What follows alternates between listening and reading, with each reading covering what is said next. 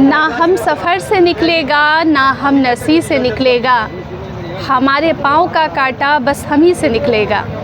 आवाम को जोहार, सलाम, नमस्कार। मेरा नाम मल्लिका हुआ। आप सभी को आदर, आभार, अभिनंदन। दर्शकों, नगर निकाय चुनाव लाइव इंडियन गार्ड के जरिए आपने पल पल की तस्वीर देखी, पल पल का अपडेट आपको मिलता रहा। और आज मतगणना का दूसरा दिन है। चौथे राउंड की काउंटिंग की औपचारिक घोषणा हुई है और फिलहाल हम लोग भाजपा समर्थित उम्मीदवार संजीव कुमार जी के शिविर में हैं।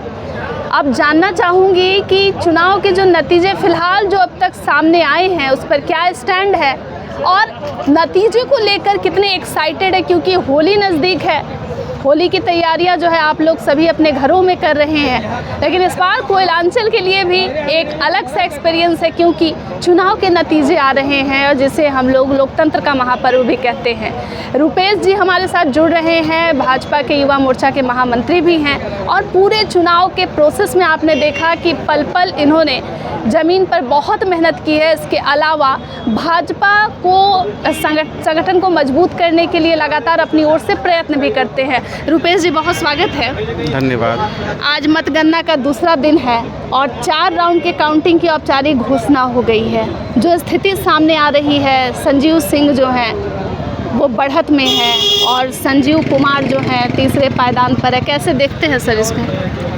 देखिए, अब तो जनता का मत जो है मतपेटी में जाने के बाद काउंटिंग चौथे राउंड के बाद संजीव सिंह जी अभी सबसे आगे हैं और जनता ने जो मैंडेट दिया है तो सब कुछ स्वीकार है, लेकिन अभी बहुत सारे राउंड की गिनती बाकी है।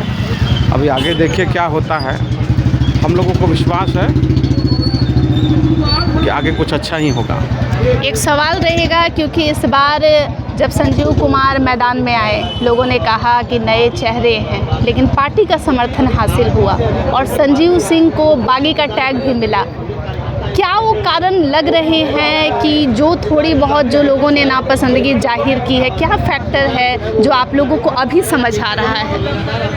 देखिए, पूरा फैक्टर जब पूरा समीक्षा काउंटिंग का रिपोर्ट आ जाएगा और उसके बाद जब समीक्षा होगा, सबके साथ बैठेंगे, बातचीत होगा, कहाँ से कितना वोट आया, अगर कहीं कम है कहीं ज़्यादा है, उसके पूरे पहलुओं पे हम लोग बातचीत करेंगे, समीक्षा होगी विस्तार पूर्वक, तो फिर आगे का रणनीति बनेगा।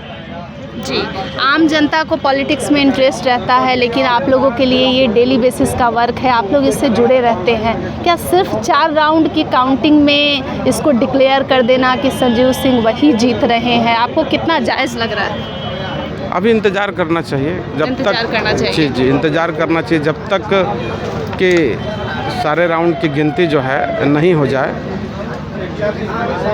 तब तक कहना जो है। हाँ, अभी वो बढ़त बनाए हुए हैं, इसमें कहीं से मतलब इनकार नहीं किया जा सकता है। विधिवत चुनाव आयोग ने घोषणा करी है, तो जो बढ़त बनाए हुए हैं माननीय संजीव सिंह जी नंबर 1 पर हैं अभी वर्तमान में जी। लेकिन पूरे काउंटिंग के बाद स्थिति परिस्थिति क्या होगी उस पे पूरे काउंटिंग होने के बाद ही पता लगेगी। और रही बात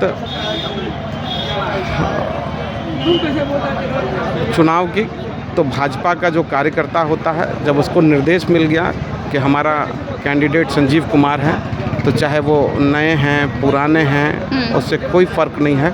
भाजपा के कार्यकर्ता पूरे तन मन से, पूरी तन्मयता से उनके साथ लग जाते हैं। क्या आपको लग रहा है कि इस बार जो वोटिंग में है एक कन्फ्यूजन हो सकता है कि 27 नंबर पर जो है संजीव कुमार रहें, 28 पर संजीव सिंह रहें? कुछ ऐसे भी वोटर्स होते हैं जो पढ़े लिखे उतना नहीं होते हैं, लोग उन्हें बताते हैं कि भाजपा का है या फिर किसी पार्टी का है। ऐसा भी कन्फ्यूजन हो सकता है जो इस तरीके का नतीजा जो है नज़र आ रहा है? ठीक है, समीक्षा होने के बाद वो पता लगेगी, लेकिन हो सकता है, क्योंकि इसमें तो आप इनकार नहीं कर सकते हैं कि संजीव सिंह जी मतलब पूरे धनबाद के लिए पहले से बहुत नोन चेहरा थे जी। तो हो सकता है कन्फ्यूजन में संजीव कुमार जी का भी वोट उधर टर्न किया हो,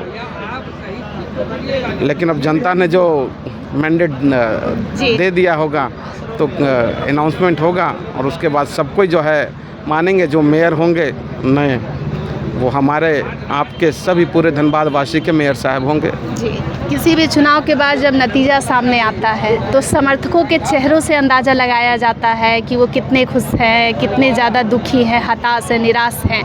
जितने लोग कार्यकर्ता जो चुनाव के दौरान भी आप लोगों के साथ जुड़े रहे, मेहनत किए हैं, उनके लिए क्या मैसेज रहेगा? क्योंकि जिस खेमे में खुशी की खबर जा रही है वहाँ तो लोग खुश हो रहे हैं, लेकिन जिन्हें लग रहा है कि वो कम है, उनके चेहरे पर मायूसी दिख रही है। क्या कहना चाहेंगे इस पर? चुनाव में हार जीत लगा रहता है और भारतीय जनता पार्टी एक ऐसी पार्टी है जो पूरे 365 दिन आप देखेंगे कोई ना कोई कार्यक्रम के माध्यम से, सेवा के माध्यम से जनता के बीच में रहते हैं। ठीक है, चुनाव में हार जीत लगा रहता है। चुनाव का रिजल्ट पहले तो आने दीजिए। जीतेंगे तो भी जो है हम लोग बहुत अति उत्साह में नहीं रहते हैं जी।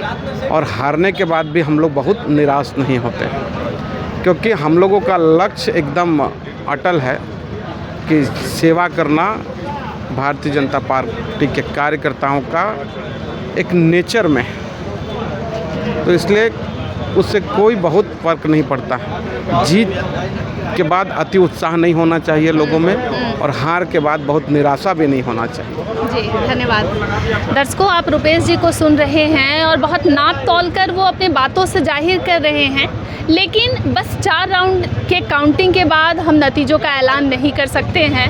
अभी जितने शिविर हैं, कुछ लोग जो है जो समर्थक हैं, कई प्रत्याशी के वो निकल भी गए हैं, लेकिन कुछ लोग जो है डटे हुए हैं। भाजपा समर्थित उम्मीदवार है तो आप सोच सकते हैं कि इतनी जल्दी तो हार नहीं मानने वाले हैं। अन्य अपडेट के लिए जुड़े रहिएगा लाइव इंडियन गार्ड परिवार के साथ।